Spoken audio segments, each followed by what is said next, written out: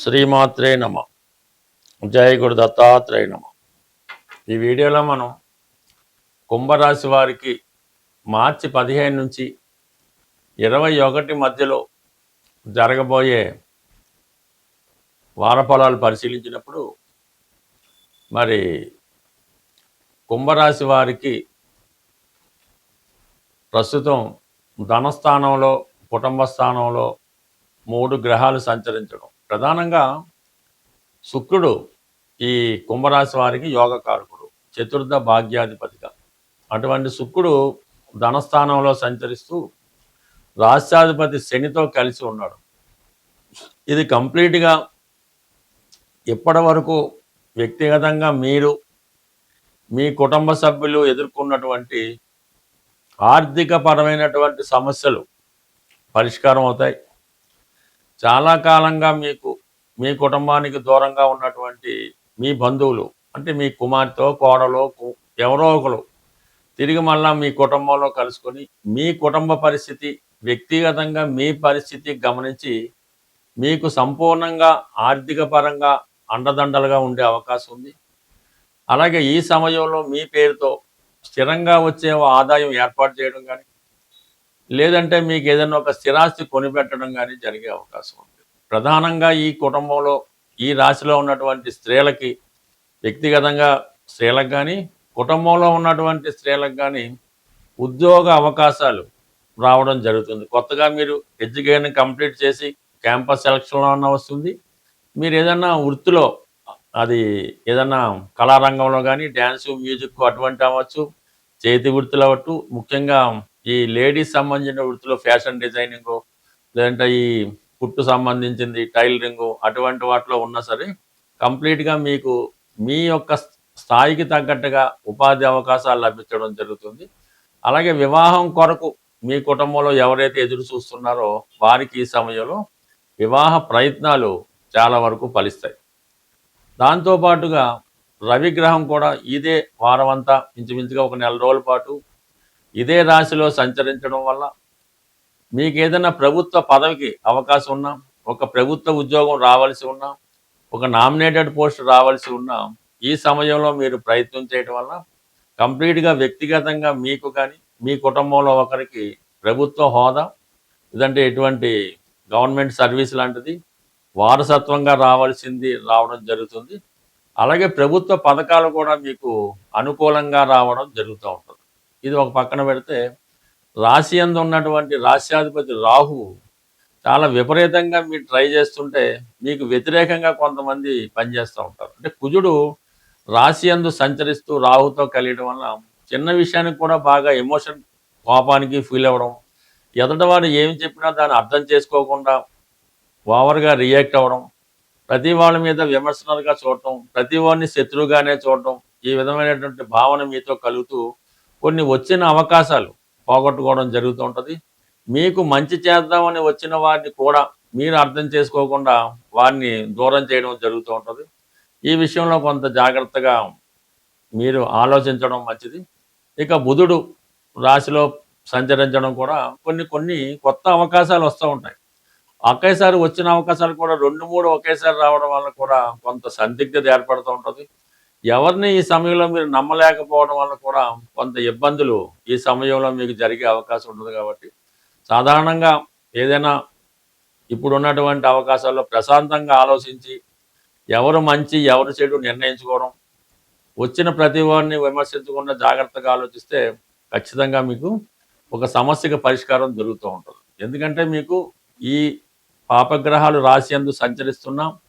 గురుగ్రహం మీకు ధన లాభాధిపతిగా పంచమ స్థానంలో రాశి మీద భాగ్య దృష్టితో వీక్షించడం వల్ల ఎవరు ఎన్ని కుట్రలు మీ మీద చేసినా, ఎవరో ఒకరు మీకు ఆధ్యాత్మికంగా అవ్వచ్చు, మీ సంతానం అవ్వచ్చు, మీ పూర్వపుణ్యం వల్ల అయితేనే వారి యొక్క కుట్రల నుంచి మీరు బయటపడి మిమ్మల్ని మీరేంటో రుజువు చేసుకోవడం, సంపూర్ణంగా ఎటువంటి ఇబ్బంది లేకుండా సమస్య నుంచి పరిష్కారం అవడం, మీ మీద ఎన్ని కేసులు పెట్టినా, ఎంత అపవాదులు వేసినా కడిగిన ముత్యంలా మీరు ఈ సమయంలో బయటికి రావడం జరుగుతుంది. కేవలం మనోధైర్యంతో సమస్యలను పోరాటం చేస్తూ ఉండండి. సమస్య దానికదే పరిష్కారం అయి అన్నీ మీకు అనుకూలంగా మారడం జరుగుతుంది. ఈ వారంలో మనకి ఉగాది నూతన సంవత్సరం రాబోతుంది. అయితే ఉగాది నాటికి ఈ గ్రహాలన్నీ రాహు కేతువు యొక్క యాక్సెస్లోకి రావడం వల్ల ఒక విధమైనటువంటి కాలసర్పదోషం ఉండగా ఈ ఉగాది ప్రారంభం అవడం జరిగింది. అంటే దీనివల్ల సంపూర్ణంగా రావలసినటువంటి ఫలితాలు సకాలంలో అందుకోలేకపోవడం జరుగుతుంది. కొన్ని అనుకోని ఇబ్బందులు, సమస్యలు వ్యక్తిగతంగా, అంతర్గతంగా అటు దేశాల మధ్య విభేదాలు రావచ్చు, రాష్ట్రాల మధ్య విభేదాలు రావచ్చు, రాజకీయ నాయకుల మధ్య విభేదాలు రావచ్చు. కొన్ని అనుకోని సమస్యలు ఈ ఉగాది ఈ కాలసర్పదోష ప్రభావం వల్ల సంవత్సరం అంతా ఏర్పడే అవకాశం ఉన్నది.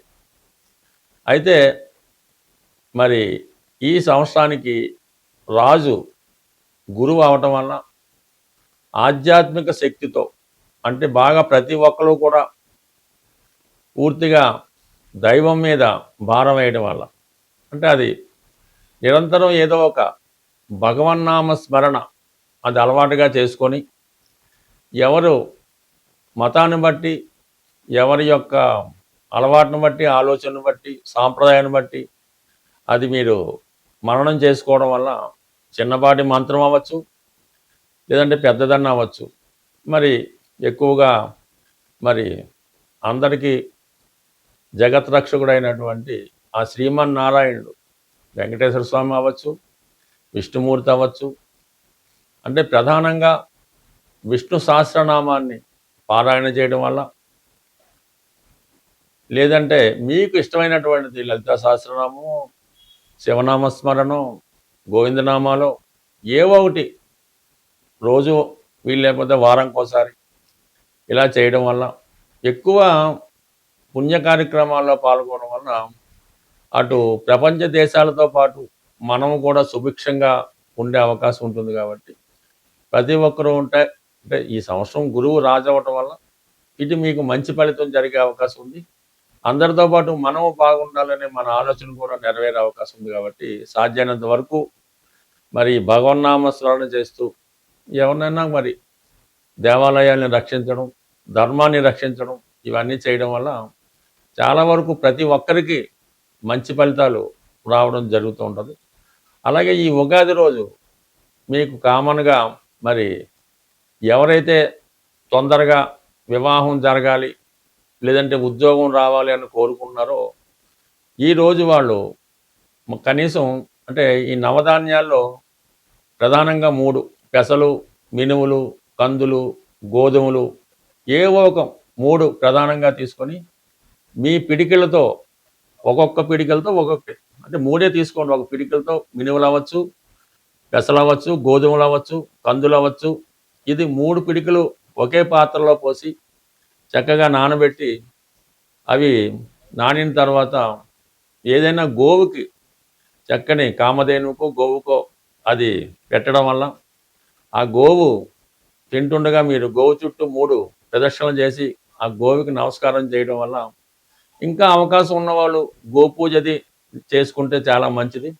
బట్ ఏదైనా ఉగాది నాడు ఈ కార్యక్రమం చేయడం వల్ల గోవుకి సంతృప్తి కలిగించడం వల్ల కంప్లీట్గా మీకు ఈ చక్కని ఈ ధనయోగం కానీ, పెళ్లి కానీ జరుగుతుంటుంది. ఈ మధ్యకాలంలో బాగా సక్సెస్ఫుల్ రెమెడీ ఏంటంటే, ఈ బంగారు, సిల్వర్ అమ్మే షాపుల్లో ఆవు దూడతో చేసినటువంటి, అంటే ఆవు దూడ వెండితో చేసినటువంటి చిన్న ప్రతిమ, ఒక 3 గ్రాములు 5 గ్రాములు అయినా పర్లేదు, అవి రెడీమేడ్గా దొరుకుతున్నాయి. అవి మీ వ్యాపార సంస్థలో మీ క్యాష్ బాక్స్లో అన్నా వేసుకోండి, మీ పాకెట్లో అన్నా పెట్టుకోండి, వీలైతే మీ పర్సులో అన్నా పెట్టుకోండి, మీ క్యాష్ బీరువాలో అన్నా పెట్టుకోండి. దాన్ని పెట్టుకొని మర్చిపోండి, నిరంతరం ధనం మీకు అందులో పెరుగుతూనే ఉంటుంది.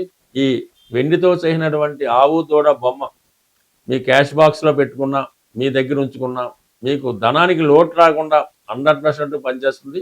చిన్న పరిహారం గొప్ప మార్పును తీసుకొస్తుంది. స్వస్తి.